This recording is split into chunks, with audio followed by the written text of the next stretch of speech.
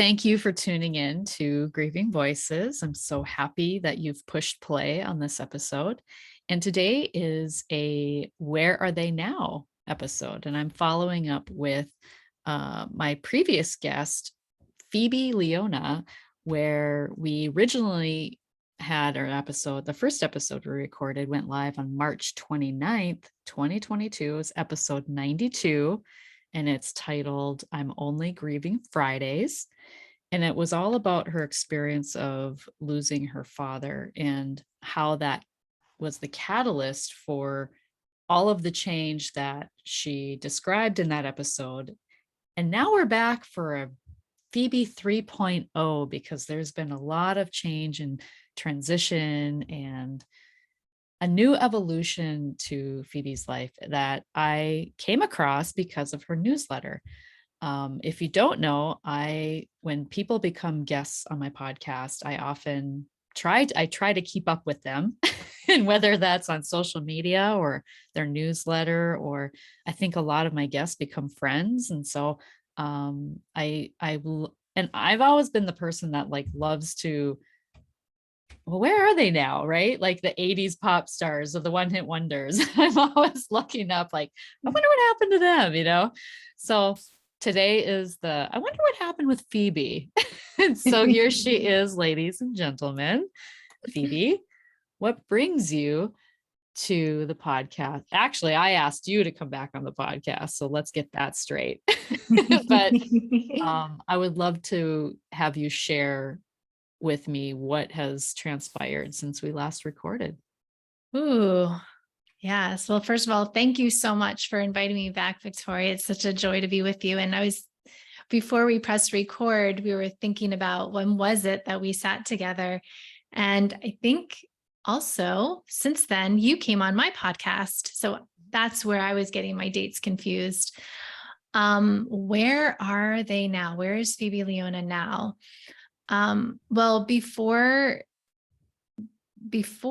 I think you said March 2022. So my book did come out. We did talk a bit about that and how it was about to be birthed out into the world. So the book was launched April 4th, 2022. So it's been officially out for more than a year now. And it's my little baby. It's out in the world doing its thing. I did a bit of a book tour, was on many podcasts. I also created this live experience called the Radiant Experience, where I brought together, because I don't know if I talked about this that day, but when I was called to write the book, I knew it wasn't just going to be a book. I knew it was something that was multidimensional. So with the medium of having dance being a primary part of my life, and also was part of the book too, because I talk about how dance really saved me and was a huge healing modality for me as I was going through all of the trauma and all of the grief throughout my childhood and my adulthood when I was dealing with the loss of my father and my divorce. So I wanted to bring that element to life. So I created this thing called Radiant Experience, where it was a book reading essentially, but I was also dancing. And I also had a friend who's a poet who brought some of the letters that I write to the emotions. She read them out as a poem as I danced. And we had a painter painting live behind me on a beautiful canvas, and a sound healer creating a soundscape for everybody to be in that space with me. Those moments of my childhood, those moments of grief in my adulthood. And so that was a really powerful experience. And we're playing around with what more we can do with that. What else has happened with Dear Radiant One, my little baby? I was nominated for Best Spiritual Memoir by Om Times just recently, which I'm very excited about. Yeah, very honored. Thank you. And like I said, I'm just letting it do its thing. And I did talk a bit about my company Nomad, which was birthed from all of that grief of 2013 when I went through everything. I always let Nomad guide me, and I follow the breadcrumbs to what it wanted to do next. And that's how I feel with all of my creations, including Dear Radiant One, of, okay, I gave birth to it. I put out my heart and soul into it. And now what does it want to become now that it's out into this world? So I'm sure there's going to be maybe another 4.0 version Guaranteed. that I have no idea. I have absolutely no idea what that will look like, but that's why I love what I do, because I just lean into that mystery of what it wants to, it's a true co-creation. And I love having that space and that deep trust for the creation to just whisper to me, or maybe shout at me if I'm not really listening, to say, okay, this is what needs to happen now. And yeah. Okay, so because you brought up co-creation, and I hear a lot of intuitive vibes in what you're talking about, can you share with people how you tapped into that personally, and any advice that you would give to others to who may not be getting the message? And then what does that not getting the message play out like in real life, right? Mhm. Oh, I'm getting massive chills in my body. So this was a very good question, and I think we could dig deep into this. So intuition, everybody's born with this idea of intuition. We have these clair abilities.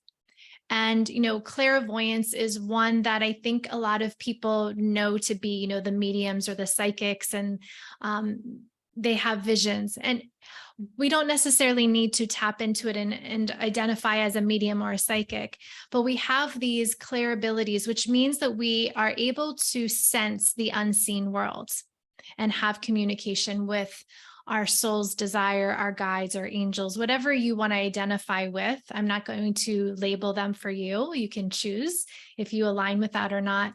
But there is some sort of sense. So when you just spoke to me, I got chills in my body. So this is a clairability of clairsentience.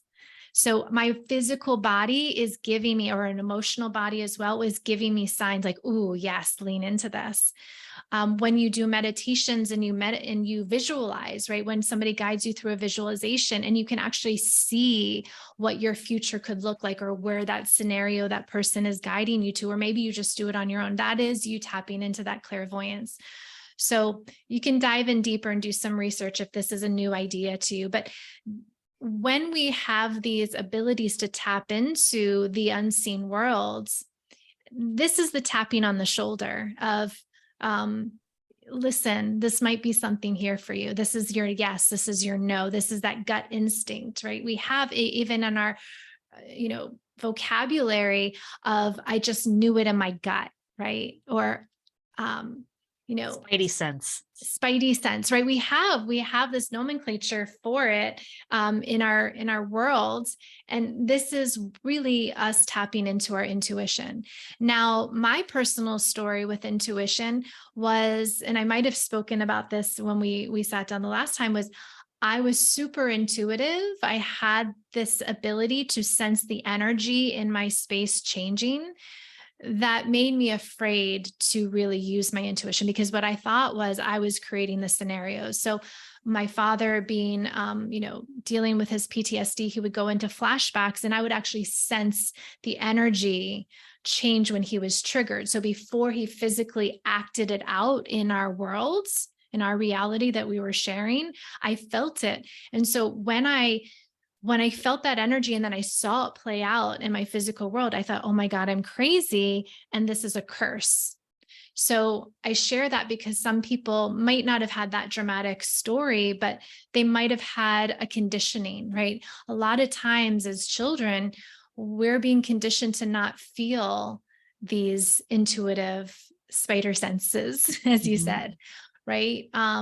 We might feel very emotional because we're in a situation that is unsafe, but our parents said, oh, that you shouldn't be acting out right now, right? You can't act your fears out or your anxiety out right now. So we had to clamp down on these emotions that are part of our intuition as well as children. So there is that, looking at it as possibly that it was a curse, or maybe it was just programmed out of you. And so I think it's really important to know that it's not a bad thing if you don't know how to tap into your intuition. This might just be part of your story.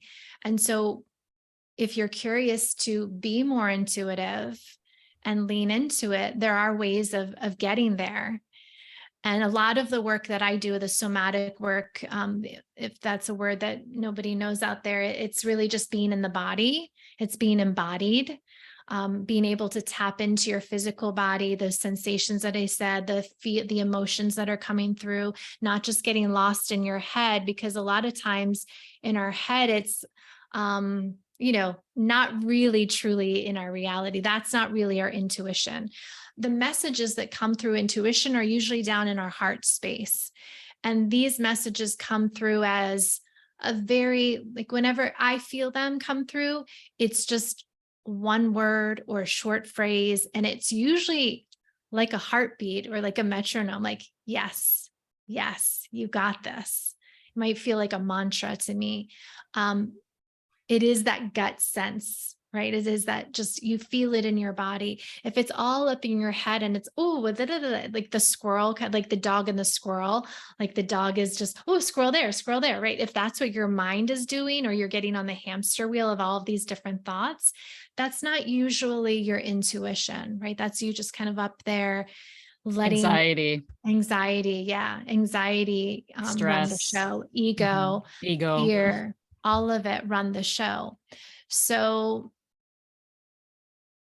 I feel that when we can start to really drop down into just listening, not knowing, not needing to know the answer. And that's what I think happens a lot is something feels uncomfortable. How do we fix it? Right. Let me look at all the things and let me write out a to-do list and let me, take a class or look at YouTube or Google it and find, go outside of myself to find the answer. But when we really can just drop down, take a few breaths, understand, again, maybe tap into your clear abilities if you know what they are, or work on focusing on how to strengthen those, and listen to what's coming through, whether it is that visualization or whether it is that feeling in your body, or whether it is maybe a sound. Maybe there is an audio message that you receive or a sound. Like sometimes I have ringing in my ears. So there are a lot of ways to listen to your intuition. Repetitive numbers, Mhm. signs, those two. Yeah. Yeah. Yeah. The angel numbers. I see angel numbers all the time. Like the 7 sevens are always in my world. Or when I made a purchase one day, actually in the same day, actually I had a podcast, 2 podcast episodes, recent ones back to back that were the exact same time, Oh, both episodes. And I'm like, oh my gosh, did I upload the wrong? That was my first thought. Did I upload the wrong episode? Nope. no. That is never, like, that'll probably never happen again. And if it does, I'll pay attention, but that definitely Ooh, what caught if my we eye. end? What if Yeah. we end on that today? Ooh, magic. Ooh. So, how did all of this play into the version of yourself that you're stepping into now? Hmm. Yeah. I'm figuring Because I out. mean, I've closed a business. I know I Yeah. know what that process is like, and Yeah. it's heart-wrenching. Yeah. It's it's a painful awareness, because you Yeah. know how much blood, sweat, and tears you've poured into something.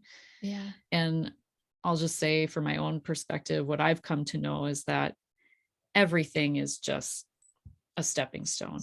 Yeah. And I didn't fail in that business. When I closed it, I know people even asked me, oh, we couldn't make it or whatever, because where I live and what I was charging or what have you. And a lot of ego thoughts I had Yeah.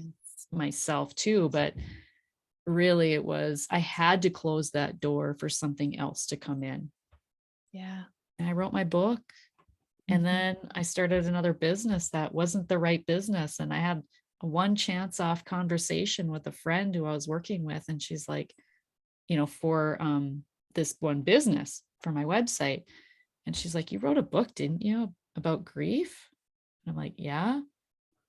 Why aren't you helping people in their grief? And it was like, okay, Captain Obvious, good question. And so that was a Mhm. question, you can't see the label from inside the jar. And so that one conversation has landed me talking to you again for a second time. Mm. So we have these moments in our lives that are truly transformative. Are What do they call those moments? What do they call it? A moment that changes everything. What do they call it? Like a pivotal Pivotal. moment? Yes, a Yes. pivotal point. Yeah. So what happened? What's Mm. changed? And how did that come to be? Yeah. Okay. I feel like I want to go back because I didn't fully answer your other question. So I want to finish that, which will feed into that. And I also want to bring other people up to speed because I didn't talk too much about that part of what's shifted for me in terms of nomad. So, in terms of the intuition, what you had asked me is, what would it look like if you don't listen to it? And Mm, that leads us into this question, really, right? perfect. Um, is basically, I like to think of it as this child, right? You're the mom or the father of a child saying, "Hey," like just tapping on your shoulder, like, "Hey, I need a little attention here." That's your intuition going, "Hey, this might not be the best thing to do, or go for it, or whatever." And if you're not listening to it, it gets louder and louder and louder until it's like full on temper tantrum. So in the external world, that looks like, oh, there's a challenge. Now sometimes we go, okay, I'm ready to step into this challenge, or I'm going to ignore the challenge, right? We make our choices there. But if it's, I don't want to call it the wrong choice, but if it's the choice that our intuition is guiding us, because it knows, right? It's our higher self, it's our soul. It can see your life from a bird's eye view, and it kind of comes back down into this reality, and it's like, oh, that's a good move. Oh, that's not a good move, right? So it's understanding, learning how to trust it. And so that little child that's tugging on you is going, go this direction, go that direction, right? Because it can see that bird's eye view. But if you don't listen to it, yes, more challenges, more obstacles come up, and it turns into that temper tantrum. So where I am with Nomad, that's the company that I started because of the year of grief. I wanted to have power back because in that year, January, my father died. March, my husband of 15 years said, I want to end our marriage. That started the domino effect of losing my home, my dog, my physical health was at stake because of all the stress. And then the one thing that was still there that I had was my job that wasn't filling my soul at all. And it was a choice that I had made because of these other two people that were no longer in my life. And so that was the one thing that I said, I want to have control over this. I want to live in alignment with my soul's purpose, which was to really create a space for people to have a sense of belonging and purpose. And what are the two things that I did at the time? Well, I taught yoga, that was the modality, and I wanted to travel more. So I started Nomad from this place of wanting to feel empowered in my life again and have these other aspects of myself be, fueled again. So I started a retreat based business. That's what Nomad was. And as I said at the very beginning with Dear Radiant One, I just kind of, when I create something, I follow the breadcrumbs. So Nomad has been not just a retreat based business where I taught yoga, that was the modality, but it's evolved into another modality that I created, a somatic practice called Movement 109. That was one of the breadcrumbs. It turned into local community events where we had 200 people at the summer solstice coming together in my Hudson Valley community here in New York.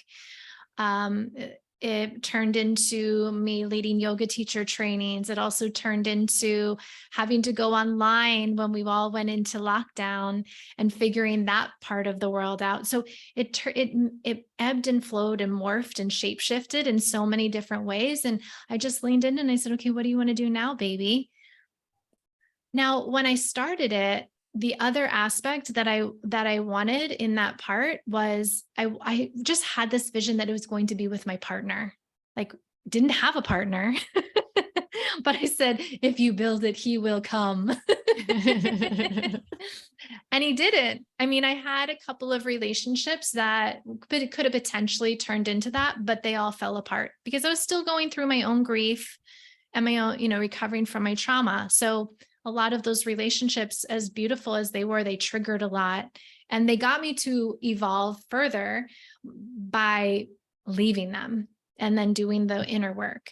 So here I am, almost 10 years. I guess we'll be celebrating 9 years this year of Nomad, still no partner, letting it kind of morph into things. But I've also taken all these other branches like Movement 109, like my book, Dear Radiant One, which can fit under the umbrella of Nomad. But I was noticing that my community was under the umbrella of just Nomad was getting smaller and smaller. And I just kind of like square peg, triangle, or whatever that saying is, a square peg, round hole, whatever. I was just like, oh no, this is all Nomad. But now I think that there's something within what I've created there, and I don't quite know what it is yet. I don't know if it's the book. I don't know if it's Movement 109. It might be a combination of both. It might be something completely new. I think I said in the email that you read, I'm sort of mushy. I'm in the chrysalis. So I'm just letting it morph into what it wants to become right now. But I am also grieving, right? Here we are talking about our grieving hearts. I'm grieving because it is my baby. I put my blood, sweat, love, heart, soul, tears into it. And I'm kind of like, was that a waste of time? And it isn't. Yeah, absolutely not. And I really resonate with what you were saying about, other people saying you didn't make it or you failed. And I don't feel that. I feel frustrated because I want Nomad I always see my creations as little babies. I'm like, I want my baby to see this world and really be the vision that we had together. So I'm letting go of that idea of Nomad might not get to do the things that we had envisioned together. So yeah, and here I am getting a little teary-eyed and choked up. But I do have a deep sense of trust that something else is being born. And I have absolutely no idea what it is. And I have a feeling just sitting here talking to you right now, Victoria, that magic is happening. I got full body goosebumps. Like if you could see my chicken zits right now. Chicken zits, I love it. Yeah, I mean, it might just be, and I invite this for anybody out there listening, it might just be that you just sparked something within me hearing your words, that an idea will come out, whether it's just, I walk away from that and go, oh, actually, there's some insight that I hadn't seen yet. You're a mirror for me. It might be that you and I are going to get off of this and go, oh, wait, what about this and this and this? And we collaborate, or you connect me with somebody, or there might be somebody listening here and go, don't let Nomad go to bed.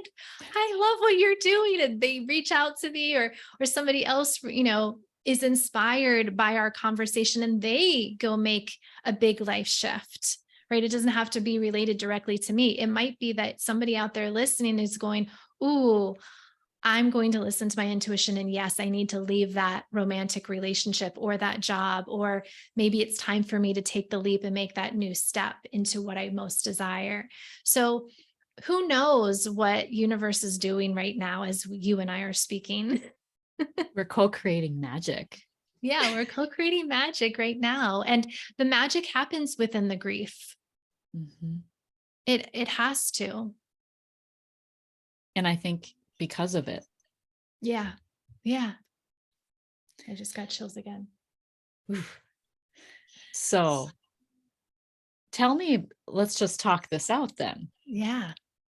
So what was the dream, or is the dream, that you had for so long when you started Nomad? It was providing a space for people who were making transitions in their life, because I had just gone through and was still going through it. right? That year of grief, that year of great loss, that year of stepping into the unknown. And as I was doing it, a lot of people were applauding me, saying, wow, you made a huge leap. And I didn't see it as that. I saw it as, wow, I just got knocked down. And I'm taking this one little thing where I might have some power, and I was claiming it back. And I didn't see myself as any sort of hero, and that I was just trying to survive. But people were applauding me in that sense of, wow, I wish I could do something like that. And I thought, you can. Why not? It came second nature to me. But I also know that that came from a lot of, I know you had a similar childhood, like having to deal with so much Chaos. chaos. Exactly. That you don't know that you don't realize you had a choice, right? It's just like, Mhm. yeah, this is just what life is. You just keep going and roll with the punches. So when I started to see that something that came somewhat second nature to me doesn't come for other people, I thought, well, what if I provide a space? What if I take them out of their ordinary life, bring them to a retreat? Yes, they get to see somewhere beautiful and, have beautiful food and make connections and see parts of the world that maybe they never had seen before, but also see parts of themselves that they had never seen before, and tap into this not a new version, I shouldn't say that, but this version of themselves that they hadn't really tapped into in this reality, or maybe this time and space, right? Maybe they knew that was a part of them and they lost it along the way. But tap back into that and say, you do have the power. If you're in a toxic relationship, you have the power to leave it. If you are not living in alignment with your soul's purpose, you can leave the job, or you can make a big move, physically across the world, or whatever it is. It might also be really small and subtle, but it changes your whole internal landscape. So that was the vision. And like I said, and I say this a lot in my teaching, when you know your why, when you're so aligned with your purpose, the what doesn't matter. So yeah, I use the what of the retreats, but the why, that creating space for people to have that greater sense of belonging so that they could make those transitions in their life, was my why, and it has been my heartbeat these whole years since then. And so yeah, the what is wants to be something new right now, and don't know what that is. You missed a question though. How? How How? in terms of what? How what? How do you envision it looking? Mm. Well, I think that's where maybe that's a good thing, or maybe it's a bad thing. Because I don't have like specific visions of how I want it to look. I envision it as, this is why I'm showing up in the world. And I trust that universe will provide the how and the Mm. what. And maybe that is my downfall. And maybe you're giving me some insight as to get clear focus, baby. Because this is the thing. It's like if Yeah. we're always co-creating, we're always manifesting, but the universe doesn't Yes. know what to manifest or or to bring to you because you're Yeah. not clear on the how. Yeah. Yeah. Story of my life, I think, Victoria. Well, and here's the thing. So like I mean, I'm not intending to turn this into like some sort of like coaching session or anything No, like I that, love but it. I get free therapy today. but here's the thing. So like when I think of you and when I think about everything that you've talked about and everything that you Mm, shared with me in the audience, I feel like you're a very grounding presence for people, right? So like when people are around you and you had these retreats, you were very grounding for them. yeah. But Phoebe grounded, how do you fly? Mm, Who encourages you and who is the person, or what is it, what elements in your life are not how's this say, some people need accountability, some people just need a cheerleader, some yeah. people need someone to challenge them. So I think so often too, like especially helpers, Mhm, they have a hard time asking for help. mhm. And so am I nailing Oh, it on for the sure, head. girl. Oh yeah, we got this. Yeah. And I mean, I know there was an aspect that you and I talked before we pressed record that we're going to go to right now is this idea of love in my life. And that has been a huge game changer for me because yes, going through so much chaos in my childhood alone, I did not know how to ask for help. And going through it again in 2013, I it was the universe going, you need to ask for help, Phoebe. And I did. I had to lean in to my family. I had to lean into some people, even strangers, because I went to live in Costa Rica for a period of time and didn't fluidly speak Spanish. So I had to rely on strangers to help me. So it's been a lesson the last 9 years of asking for help. But still, what you just saw, what you just reflected back of the groundedness, that was me going, I need to survive. I need to be really grounded here. And not only because I'm a helper, like you said, and hold space for other people, but I need to provide that for myself. And it's a little bit of survival mode, right? Or a lot of survival mode. It was just holding on for dear life of okay, I got to get my shit together. So can I ask you? I Yes. don't mean to interject, but Oh I yeah. just, because, so like, it feels like, cause I know for me too, like I had this grip or this hold, right, on something, Yes. like Death grip, this I was call my it. identity, right? Like this is my identity. This is who I am. This is, who am I without this? Yes. So do you feel like the only way to find out if that is where you want to continue to go is if just letting it go, like backing away for a time? Mm, yeah. Um, I think I'm in that's why I'm in the chrysalis because Mhm. that's that mushy part, right? When you're in the well, when the little caterpillars in the chrysalis, maybe we're in the chrysalis too right now, who knows? But when we're physically in that idea of the chrysalis, you become mushy, right? You have to have that deep surrender. But at some point, right, when it's making that shift to become the butterfly, there is the resistance, right? Like it Mhm. has to press out to create the wings. So there is this play between the deep surrender and that resistance of becoming the something new. And that's really where I'm at right now of letting go of that identity. Nomad was my identity for, almost 9 years now, and it is letting that go. But there has to be a bit of resistance of like, okay, well, how do you want to see the next vision, right, and create that.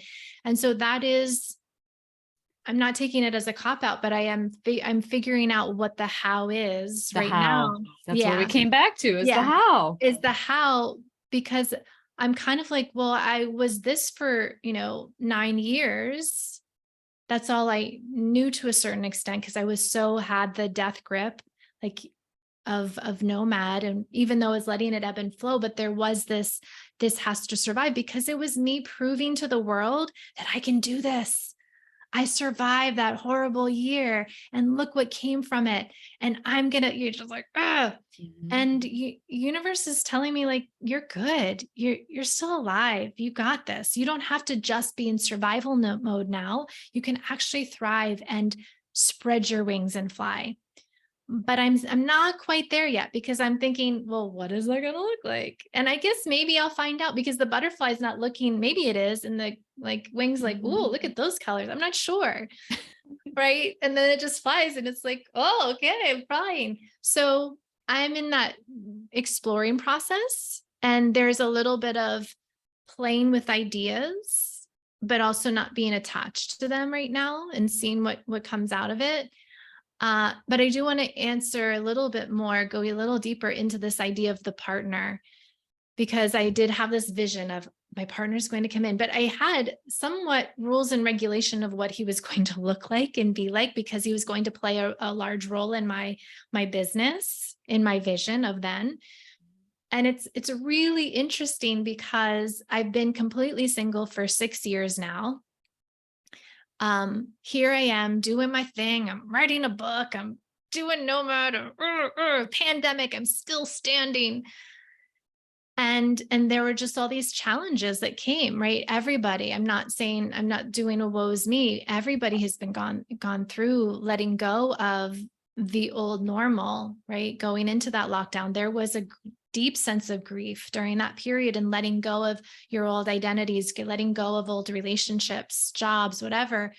So I was in that at that time too, and trying to figure out what nomad wanted to be. And like I said, that was really when I was doing the square peg round hole and figuring out, well, let's try to do online, you know, programs or membership or, one-on-ones. And I was just like figuring out what it was. And it just didn't translate in the way of really being in person with people.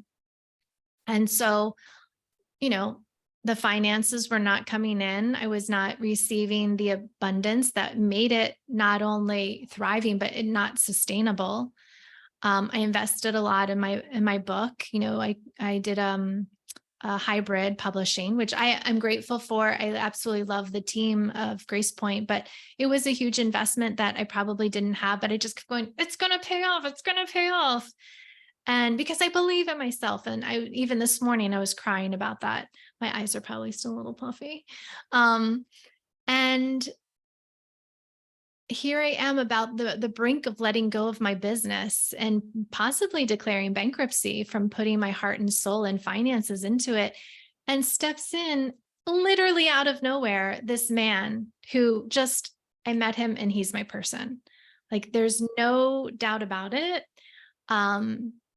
And it's really quite beautiful how it happened, because somebody matched us up, who I've known for 20 years, and she's known him his entire life since she was 5 years old, and just out of the blue said, hey, you two should meet. Oh, And it's really quite beautiful. So I think that I did manifest the how of nomad, but it also wants to become something completely new and different. And so maybe he's stepping in because he does have a lot of similarities in terms of and strengths that I don't have, that could really be a beautiful combination of what I envisioned of it originally. He even came to me with this vision that I didn't put into his head. He said, I think we should do retreats together. Down the line. We need to do this. So it might turn into Nomad 2.0 after we establish our personal relationship and build that business, or it might be that we need to co-create something completely new together. I'm not sure yet. And this is the first time I'm like publicly talking about this. well, I got my chicken zits again when you were talking about it. So it feels like truth to me. Yeah. Yeah. It's kind of wild. So, Isn't and the that fact that, crazy? I mean, just sit just for a moment. Like we yeah, don't do this enough. Like just really reflect back. Like life is crazy. Like you just cannot anticipate the amazingness that can happen, right? We don't, it's like when you think when you're in the thick of the icky, the thick of the ick, when you're in the thick of the ick, you can't even fathom that there can be brighter days ahead. yeah. I had a client, one of my first clients, actually, after I became certified as a grief specialist. His life has just exploded. Mm, I worked with him for a time. He went through grief recovery with me and stuff. And, um, at the time, like he was struggling in relationships and trying to get his business going. And he's a designer. He does, like, mm. now he's into purses. He designs purses. So, Ended up on the red carpet. He's like, oh, I just got chills. on the OWN network, the Detroit, Love in Detroit or something like that. I can't remember Okay. the show. It's a reality show. Like Okay. it's just crazy how his life has just exploded. And he said in a post, he said something to the effect of, imagine living each day. You think today's the best day, but imagine if even tomorrow is better. Like you have no idea. Yeah. Like live like tomorrow is going to be even better. Mm. I love that. I think this episode is called Full Body Chills Ooh, yeah, that's good. because I just kept getting chills as you were speaking about this. Okay, well, there's a Like true fire. crime podcast called Full Body Chills. I Okay. might have to Well, rethink that, something I'll but play, yeah, play yes, around with that because you and I just keep bouncing our, yeah, what did you call chicken zits? chicken zits, yeah. Love Chicken it. zits of truth. Oh, I sure. love it. People be Yeah. like, chicken zits of truth. Wow, I got to listen to that one. Yeah. Maybe There that's you it. go. There you go. That'll stop them in their tracks. So, what I hear is that you are very curious and excited about not knowing what's to come in a way, Yeah. and yet surrendering to the how and just letting it unfold. But yet at the same time, this is where I think, you are a very grounding presence. And maybe this gentleman that it's come into your life, like who's kind of been under your nose, right? Like, because he's a friend of a friend. Mhm. Had you met him before? No. Never Well, met him. we have, so she was a Pilates client of mine 20 years ago, and I knew her socially too. She even came to my wedding. So I had been to a couple of her parties, and so we have looked back and said, "Were you at that party? Were you at that party?" And we don't quite know yet because it was so long ago. But yes, very much under each other's nose, but we Mhm. weren't ready yet. And that's something that I want to Yeah. speak into too, is Yes, please. when you are ready, the universe makes it so clear and says, yeah, this is it. This is, you're ready now, right? Here you go. Like your client had to go through all of that grief, and he was trying, he was showing up and doing his work, like, and then all of a sudden it just clicked. And now his purse is on red carpets. And Mhm. I swear, I truly believe in that. And I have seen that in my own personal life. I've seen that evidence in the external world and everybody else in other people's lives, that when it's meant to be for you, you cannot mess it up. It is just there. Mm. And that's how I felt for this relationship. It was just, we were not ready for each other. And we've had many conversations because he's done a lot of work on himself. He's done, he's a life coach as well. He wrote a book too. And it's Ooh. even funny when we see that our books, our covers are same coloring, like same kind of branding, very similar format. He shares a lot of his own childhood trauma. And yeah, maybe a guest for you, by the way. Oh. But yeah, so it's just so funny because we're laughing at each other. Like we've been walking side by side, but just we weren't ready for each other yet. We weren't ready for the relationship that we both wanted for so many years, but we weren't emotionally ready for it yet. We had to recover through the trauma to a certain extent and our own grief. So that we could be ready, right? If I had met him 6 years ago when I had my last relationship, he would have been triggering all my traumas right and left. And I would have said goodbye, just like I did to the other two men. And so I had to do this in our work for it to show up. And I say that because it doesn't have to be a romantic relationship. It's whatever you desire right now.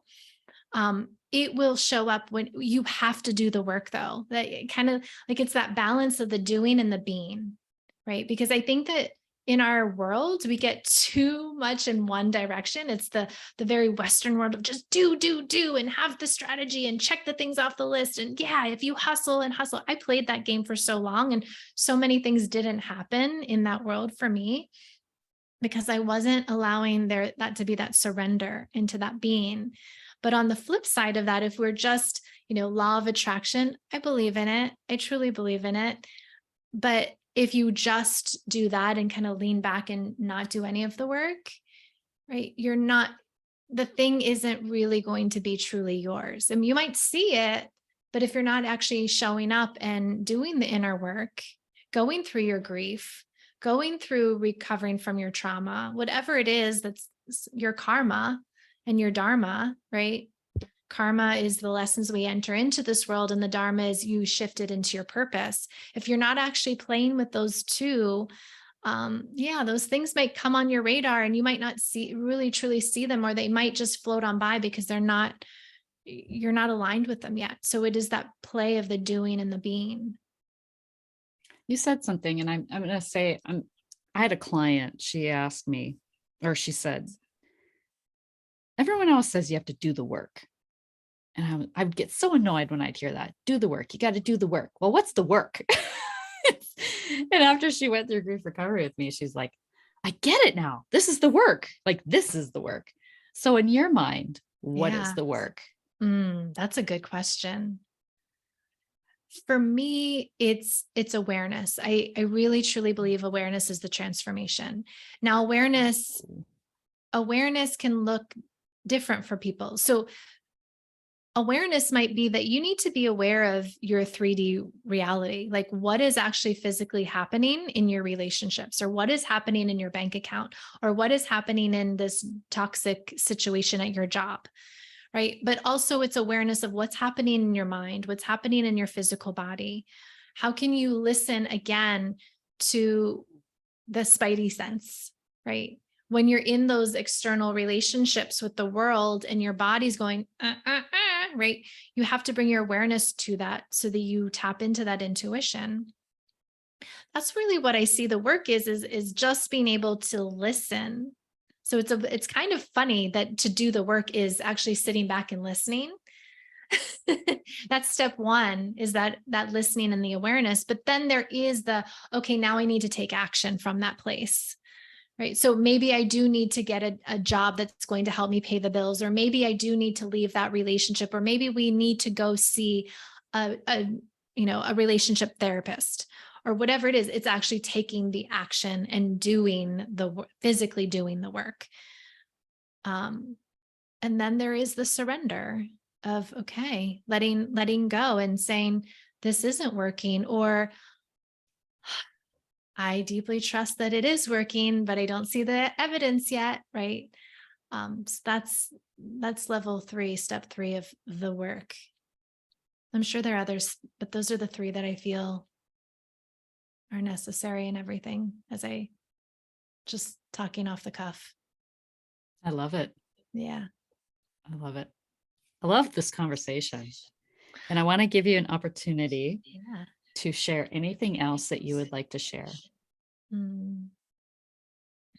Let me think. Um, I feel we should, yeah, let's talk a little bit more about grief, because that is your podcast. Mhm. And to know if somebody is out there right now who is grieving a relationship, or grieving possibly the loss of their own business, or whoever they are right now, um, to allow yourself to simply be in that chrysalis. Allow yourself to get mushy. Allow yourself to, I love what you pressed me to do, is imagine the how, or the what, or the whatever it is that drives you, right? It could be the how, it could be the why, it could be the what, but whatever it is that's going to just be your heartbeat for a little while, right? If you're in that grief space and you don't know what is to come, find some sort of heartbeat for you, that's going to get you up every morning, and really build a relationship with physical support in your life, right? It might be one person, it might be a community, but then also what has really been a huge piece for me is trusting the divine, the universe, God, guides, angels, whatever it is that you resonate with, whatever word resonates with you, and energy that resonates with you in that unseen world, because there is an energy, there are many energies around us that we don't see and maybe not feel, but they are here and they are on our side, and they are flying high above us, seeing a bird's eye view. And I was in a session, if you don't mind me sharing really quickly, I was in a call with a group yesterday, and you probably have heard this. And I feel like actually now I'm saying it, you might have even spoken about it, but the idea of the two sets of footprints, with talking to God and saying, God, why weren't you there for me? There were times that I only saw one footprint and I was walking along alone. And God said, that was because I was carrying you. Mhm. It's Oh, footprints in the sand. It's yeah, actually footprints like, in the yep. sand. Mhm. Yeah. And I just want to remind everybody, because that's something that I needed to remember for myself, is when we're going through those moments of grief, um, that there is someone carrying us, even in those deepest, darkest moments, in those mushy moments, in those messy moments, there is something here for us, and to just deeply trust and find a way to build that relationship to trust again. And someone is caring. Hmm. And I think that's what a lot of people forget. It's like there are people that care.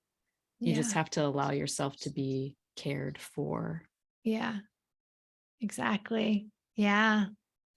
Oh, that's a hard one for us helpers. Mm, sure is.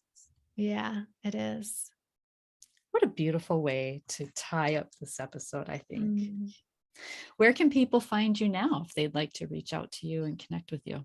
That is an interesting question, Victoria, as I'm mushy and not sure where I'm going. Social media, I'll just say, first of all, social media. I'm on Instagram. It's my name, PhoebeLeona.love, and Facebook.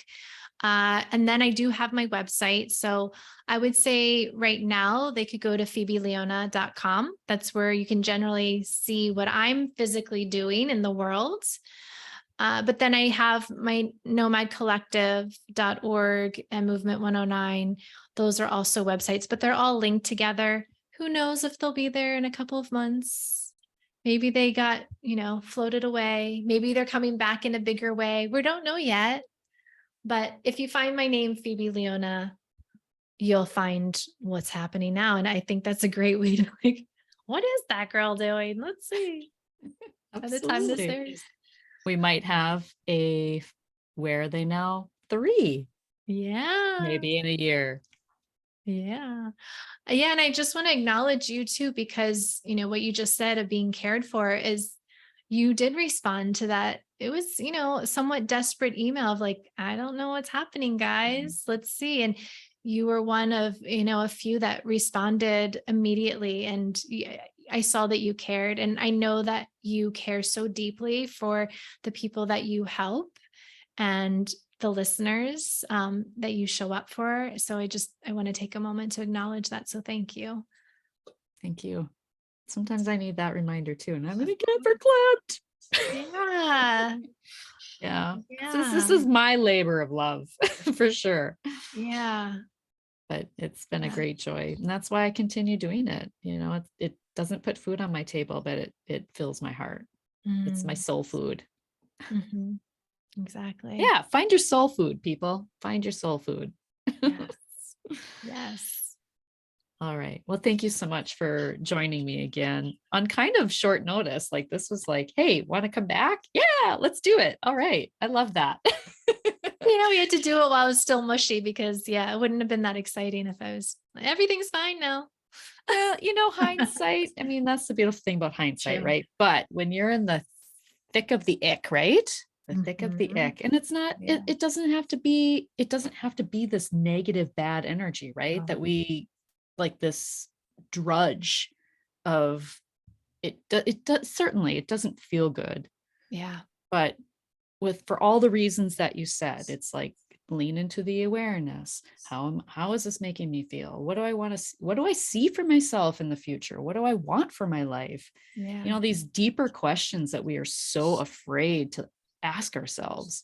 Yeah. One of my favorite segments on Saturday Night Live was Deep Thoughts by Jack Handy. Oh, yeah. I mean, I was like 10, That was 11, 12, me like, too. because I'm aging myself now. This is when Saturday Night Live was like really good. Yeah. But yeah, Will Ferrell, Deep Thoughts by Jack Handy. Was it? I don't think it was Will Ferrell. It was before Will Ferrell's time.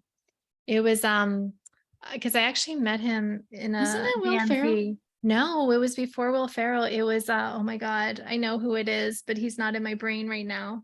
I thought it was the same guy that would Al play Bob Ross. It was Al Franken. Oh, yeah. Are you sure? Now that I said it, I'm afraid I'm wrong. But it Hold was not on. Will Ferrell. Okay, we're good. We're gonna fact I check. I'm I have a saying like with my friends. I'm like, I'm gonna get a t-shirt that says Google that shit. Yeah. I think it was before Ferrell's time.